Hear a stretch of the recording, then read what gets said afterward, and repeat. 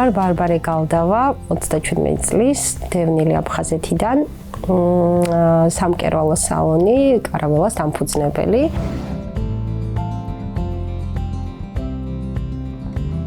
ეს იდეა მომივიდა 2017 წელს, როცა მომიწია სახლში ჯდომა ბავშვების გამო. დავანებე აქტიურ ცხოვრებას თავი, რადგან ორი პატარა მყავს სახლში, უფროს შეზღუდული შესაძლებლობის მქონია და სჭირდება განსაკუთრებული მეთვალყურეობა და მომიწია სრულად სახლში დაჯდომა. ბავშვებიდან რაღაც სულ ხელსაქმით ვიყავი დაკავებული და აქტიური ცხოვრებით, ამიტომ ცოტა შეუგუებლობა მქონდა ამ სახლში ისე მარტო დედის ამპულაში ყოფნასთან დაკავშირებით და ერთ დღეს ესე ინტერნეტში ძრომიალით აღმოვაჩინე ძალიან ლამაზი სახლუკა, კარავი. სახლში არსებული რაღაც თეთრეულისგან შევუკერებ ჩემს შვილებს კარავი, მეუღლეს მოვატანინე რაღაცა ჯოხები და გავაკეთე და დავახვედრე დილით ეს ჩემი ხელნაკეთი კარავი და ძალიან გაუხარდათ ბიჭებს მოკლედ რა, რომ ნახეს ძალიან აღფრთოვანდნენ, შეძრდნენ და მე გამოსვლა აღარ უნდოდათ.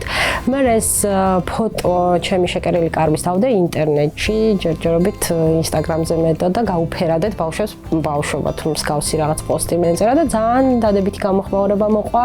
ყველას ძალიან მოეწონა, ნუ ბავშვები მართლა ძალიან ბედნიერები იყვნენ და დღემდე იყენებენ კარავს სათამაშო სივრცედ.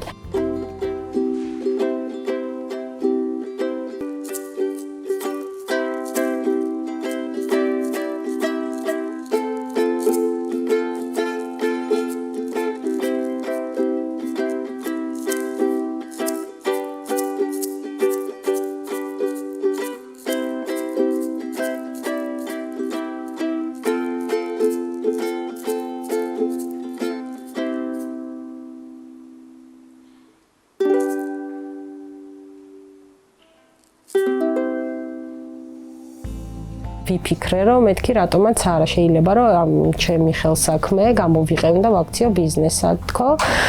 ისე დაემთხვა, რომ მაშინ ჩავაბარე სამკერვალო კოლეჯში, ანუ გავიარე ტესტირება სრულიად შემთხვევით, დამირეკეს, რომ საბუთები არ მოგაქვსო და მეთქი რისი საბუთები და თურმე ანუ გადავლახე ის რაღაცა ეტაპები, რაც კოლეჯში ჩაბარებისთვის მიწყობდა ხელს. აი ესე 32 წლის ასაკში ჩავაბარე კოლეჯში სამკერვალო საწარმოზე, ვისწავლე, სხვათა შორის სახელმწიფო კოლეჯი იყო და არ ვიხდიდი არაფერს, როგორც დევნილი მერიცხობდა გზის ფული, ეგაც ძალიან ისეთი აღსანიშნავი ფაქტია. და მე გავიგე, რომ კოლეჯს რო დავამთავრებდი, დევნილთა სამინისტრო მინიმალური რაღაც 2000 ლარიანი გრანტი არის, რითიც დამეხმარებოდა და სხვათა შორის ეგაც ძალიან დიდი мотиваცია იყო ჩემთვის რა, რომ აი ეს რაღაცა პატარ-პატარა ხელშეწყობები იყო რა, ანუ რაღაცა სწორად მივდიოდი მიზნისკენ.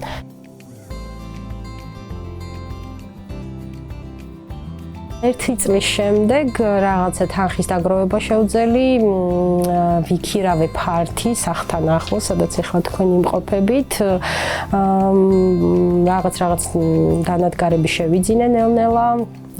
დევნილთა საგრანტო პროგრამითაც ვისარგებლე იმ 2000 ლარიანით და ორი პატარა მანქანა მაჩუქეს.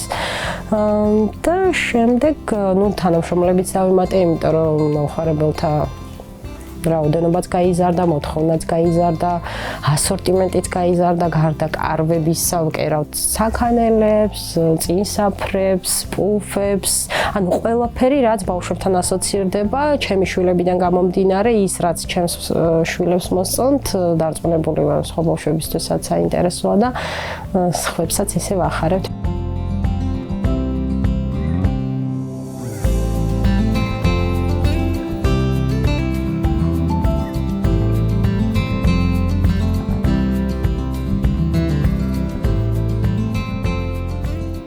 დედაც მკერავია და აფხაზეთშიც მკერავად მუშაობდა.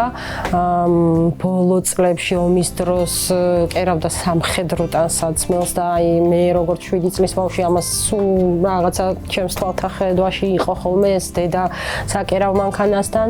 მე დევნილობის რთული წლები როგორც ყველას ჩვენც გამოვიარეთ. შეიძლება უწევდა სახლში ამ რაღაცა პატარ-პატარა შეკვეთების მიღება იმისთვის რომ ჩვენ ვერ ჩინეთ ბავშვს ბავშვები. ჩემი პროდუქცია იყიდება ონლაინ, სოციალური ქსელების დახმარებით, ძირითადად Facebook-ით და Instagram-ით. ასევე თანამშრომლობ რამოდენიმე ონლაინ მაღაზიასთან. ასევე ვიღებ გამოფენა გაყიდვებში მონაწილეობას აქტიურად, როგორც თბილისის მერის დაფინანსებით, ასევე კერძო გამოფენებით, სხვადასხვა უცხოური ორგანიზაციების დახმარებით, ასევე ჩვენი მდევნულთა სამინისტროს სავაჭრო პალატის ორგანიზებით თუ კი რაიმე არის, ვცდილობ ყველაფერში ჩავერთო და გამოვიყენო ყველა შესაძლებლობა.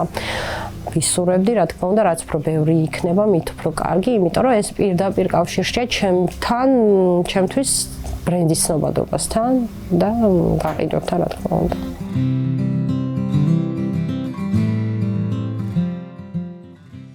ხშირად ვცდილობ ხოლმე რაღაცა მოვერგო კონცეფციას, რაიმე ან დღესასწაული თუ იქნება, ან თემატიკა თუ იქნება, მქონდა ესეთი თემატიკა მე მახსოვს აფხაზეთი და ჩვენს გადასაკით ჩანთებზე იყო აფხაზეთის ფოტოები, ზღვის და წარწერები მე მიყვარს აფხაზეთი, ან მე მახსოვს აფხაზეთი და ვამაყობ მაქსერით, იმიტომ რომ რაც კი შევკერეთ და დავპრინტეთ ეგ ფოტოები, ყველა გაიყიდა და მე რაღაცა მეგობრები მიგზავნდნენ ფოტოებს ზღვიდან და ახალგაზრდა გოგოებს მოკლედ ჩემი რა ეს ჩანთებით ილამაზებდნენ მოკლედ მაგ ზაფხულს და მაგით ვამაყობ.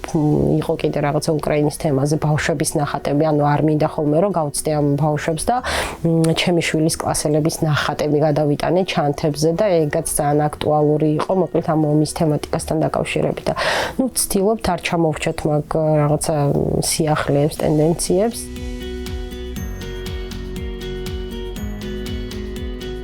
კარაველას ოცნების დონეზე ალბათ ვიოცნებებ, რომ აუცილებლად ოდესმე სოხუმში იქნება ეგეთი მაღაზია, სახელოსნო კარაველა. თან ეს სახელი მართალია კარავთან რაღაცა მოფერებით, მაგრამ აფრებიან გემს ნიშნავს და ესეც რაღაც ნაწილით სოხუმთან ასოცირდება ჩემთვის.